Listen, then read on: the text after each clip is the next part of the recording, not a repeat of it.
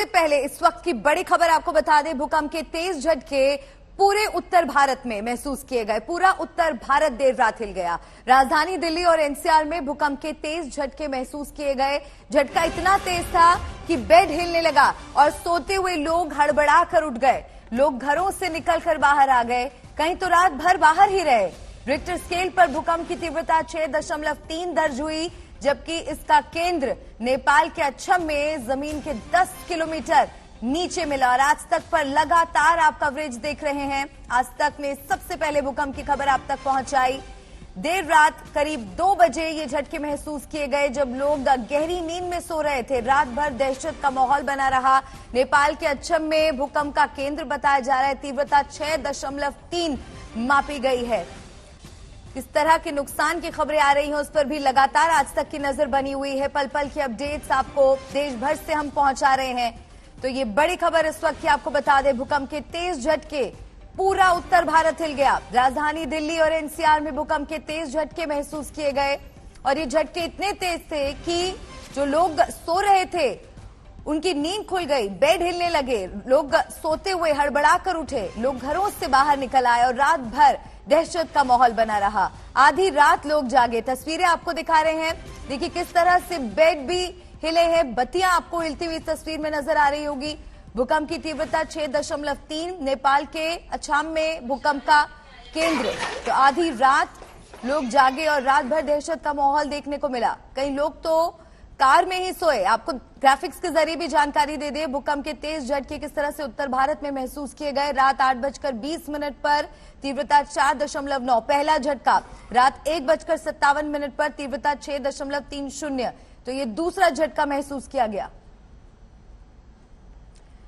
तो पहला झटका रात 8:20 पर महसूस किया गया, जिसकी तीव्रता 4.9 रही। और उसके बाद देर रात 1:57 पर भूकंप का दूसरा झटका महसूस किया गया, जिसकी तीव्रता 6.3, जमीन से 10 किलोमीटर नीचे।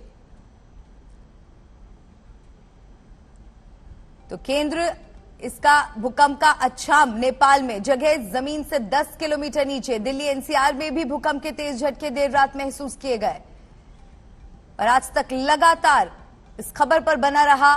भूकंप के झटके कहां कहां महसूस किए गए, कहां पर किस तरह का नुकसान हुआ, हर खबर आपको दिखा रहे हैं।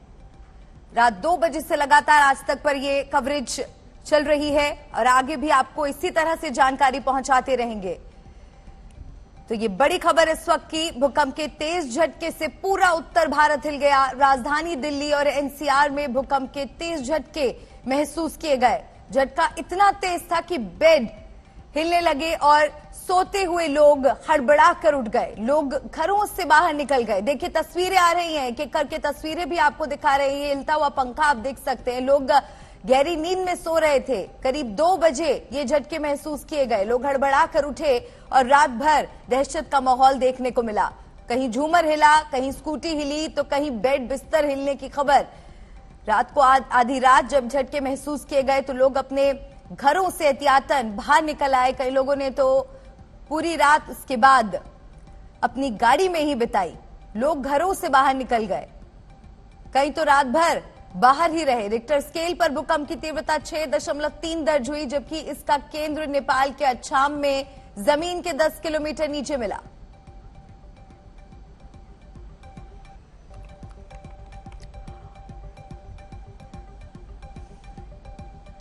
नेपाल में भारी तबाही की भी आशंका है। 4 सहयोगी मेरे साथ जुड़ गए हैं, हिमांशु मिश्रा, संजय शर्मा, आशीष श्रीवास्तव और अंकित शर्मा।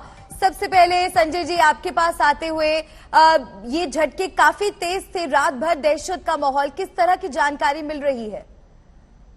अभी तक जो जानकारी मिली है उसमें ये है कि अच्छाम इलाके में डोटी जिला है और वहां इमारतें गिरी हैं तेज झटकों से। और वो अच्छाम इलाके का जो डोटी जिला है वो जिला बिल्कुल एपी सेंटर से 10 किलोमीटर के दायरे में ही है और वहां कई इमारतें गिर गई हैं, जिसमें 6 लोगों के मारे जाने की पुष्टि नेपाल प्रशासन की तरफ से, स्थानीय प्रशासन की तरफ से की गई है। पुलिस अधिकारियों से हमारी बात हुई है, उन्होंने कहा कि चूंकि अंधेरा होने की वजह से बहुत सारी चीजें नहीं पता चल पाई हैं, लेकिन ये पता चला है कि नेपाल में पूरी तरह से अलर्ट कर दिया गया है, पुलिस और प्रशासन को अलर्ट कर दिया गया है और पुलिस टीम को मोबिलाइज होने को कहा गया है। उनसे ये कहा गया है कि वो इलाकों में टीमें भेजें और नुकसान का पता लगाएं और जगह-जगह स्थानीय जो पुलिस प्रहरी जिनको बोलते हैं नेपाल में, तो प्रहरी थानों को, प्रहरी केंद्रों को अलर्ट कर दिया गया है और उनसे ये कहा गया है कि जगह-जगह अपनी टीमें भेजें और ये पता कराएं कि दुर्गम इलाकों की क्या स्थिति है,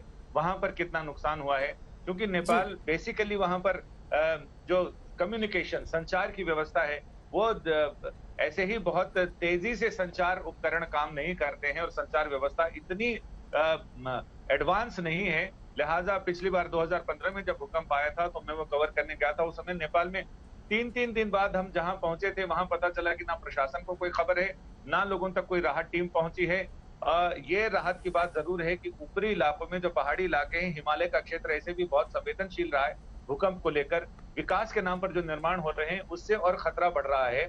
लेकिन वहां पर यह है कि ऊपर जैसे पहाड़ी इलाकों में ऊंचे पहाड़ों पर जाएंगे, 2 मंजिला मकान तो बहुत कम मिलते हैं, 2 मंजिला मिलते हैं तो पहाड़ी शैली में बने हुए रहते हैं, जी। जिनकी छतें नीची होती हैं और वो फूस या खपरैल की बनी होती हैं, जिसमें जान का नुकसान कम होता है। और ऐसे में ये देखना होगा कि नुकसान कितना हुआ है, क्योंकि रात का अंधेरा था, सर्दी बहुत ज्यादा है। उच्च हिमालयी क्षेत्रों में नवंबर के महीने से अक्टूबर से सर्दी पड़ना शुरू हो जाती है, तो सर्दी भी बहुत ज्यादा है। ऐसे में कहाँ तक कम्युनिकेशन गया है, लोग कहाँ तक प्रशासन तक अपनी बात पहुंचा पाए हैं, प्रशासन कितना आकलन कर पाया है, ये कहना बहुत मुश्किल है। और मुझे लग रहा है कि समय बीत जैसे जैसे दिन चढ़ेगा वैसे वैसे खबरें आएंगी, या तो कुशलता की खबर आएगी या फिर जिस तरह का तेज भूकंप का झटका लगा है, बिल्कुल। कहीं और भी झटके 1.5 लगे हैं, घंटे आफ्टर में इफेक्ट जी। है, उसका असर तो पड़ेगा, उसका असर जी। पड़ेगा। और मुझे मतलब बहुत सारी आशंका है। हमने अपनी उंगलियां क्रॉस कर रखी हैं कि किसी तरह का नुकसान ज्यादा ना हो,